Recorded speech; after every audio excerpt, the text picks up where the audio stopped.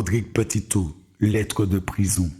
À mon peuple, avant toute chose, je tiens à vous remercier pour le soutien que vous m'apportez à travers vos rassemblements et vos nombreux courriers qui me parviennent chaque jour. Merci à tous. Vous n'imaginez pas le bien que cela me fait. Je sais la souffrance que vous partagez, tout comme mes proches, due à cette injustice de me voir enfermé.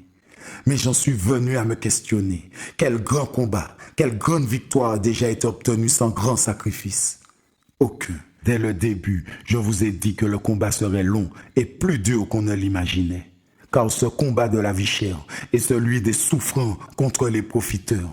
Ce qui a existé de tout temps et qui aujourd'hui fait de nous des héritiers de misère, des victimes invisibles de systèmes coupables de nous avoir fait miroiter être français, tout en nous traitant pire que leurs animaux.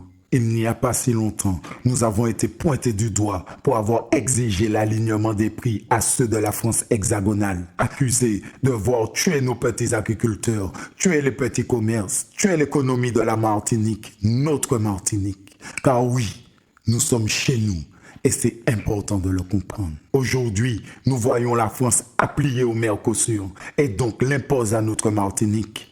Qui sera coupable de tuer nos agriculteurs cette fois-ci? Nos politiques seront-ils assez réalistes pour reconnaître que depuis toujours, notre peuple est victime de ce système qui nous vampirise? Je vous l'ai toujours dit, la seule chose qui me ferait de la peine, c'est que vous lâchiez le combat. Alors les amis, restons forts, solides et surtout soudés. Il n'y a qu'en se mettant tous ensemble que nous ferons taire nos ennemis. Quelles que soient nos origines, notre classe sociale ou notre religion, nos croyances, nous devons nous battre pour que demain, nos enfants, nos petits-enfants puissent vivre ce que nous avons rêvé. Nous le leur devons, car nos ancêtres méritants ne se sont pas battus pour qu'aujourd'hui, nous soyons dans l'acceptation de l'esclavage 2.0. Jamais. Quant à moi, ici, je me prépare à continuer le combat, car c'est jusqu'à obtention.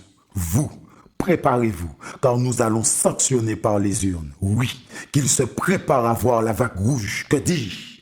Le tsunami rouge les noyer électoralement. De notre colère, leur montrer que nous sommes prêts comme jamais. Car j'aime à le dire, après bon Dieu, nous pas personne. Happy. Je suis fier de vous et je traverse cette épreuve dignement avec plaisir, afin que mon peuple vous soyez respecté à travers ce combat. Plus jamais ils ne nous mettront à genoux, car vaut mieux nous mordre au bout qu'ils nous vivent à genoux. Le peuple, par le peuple, pour le peuple.